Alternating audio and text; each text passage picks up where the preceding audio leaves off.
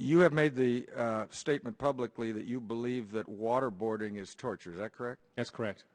If that is the case, is it currently the position of the United States when we submit our Navy SEALs and other special operations military personnel to waterboarding as a part of their training that we are currently subjecting them to torture?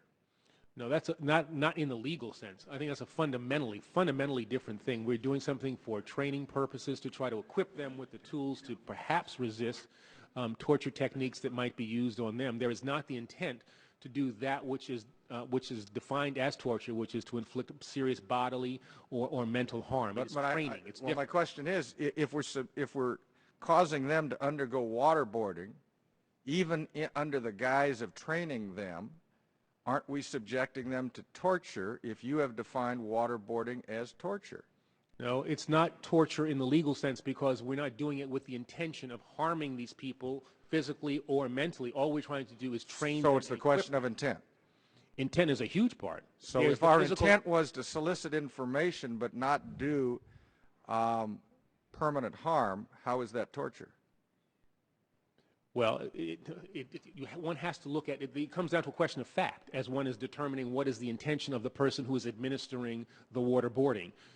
When the communist Chinese did it, when the Japanese did it, when they did it in the Spanish Inquisition, we knew then that that was not a training exercise they were engaging in. They were doing it in a way that is violative of all the statutes that recognize what torture is. When we are doing it to our own troops to equip them to deal with an illegal act, that is not torture. So the context at least is important.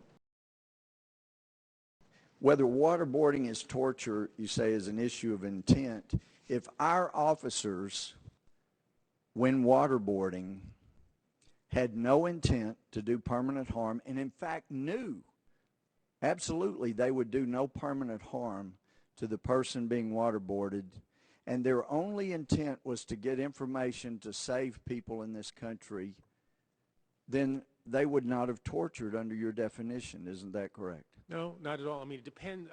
Intent is a fact question. It's a fact-specific question. So what kind of intent were you talking about? Well, what is the intention of the person? In doing the act, was it logical that a result of doing the act would have been to physically or mentally harm the person? But I set that out in my question. The intent was not to physically harm them, but because they knew there would be no permanent harm. It would be discomfort, but no permanent harm. They knew that for sure.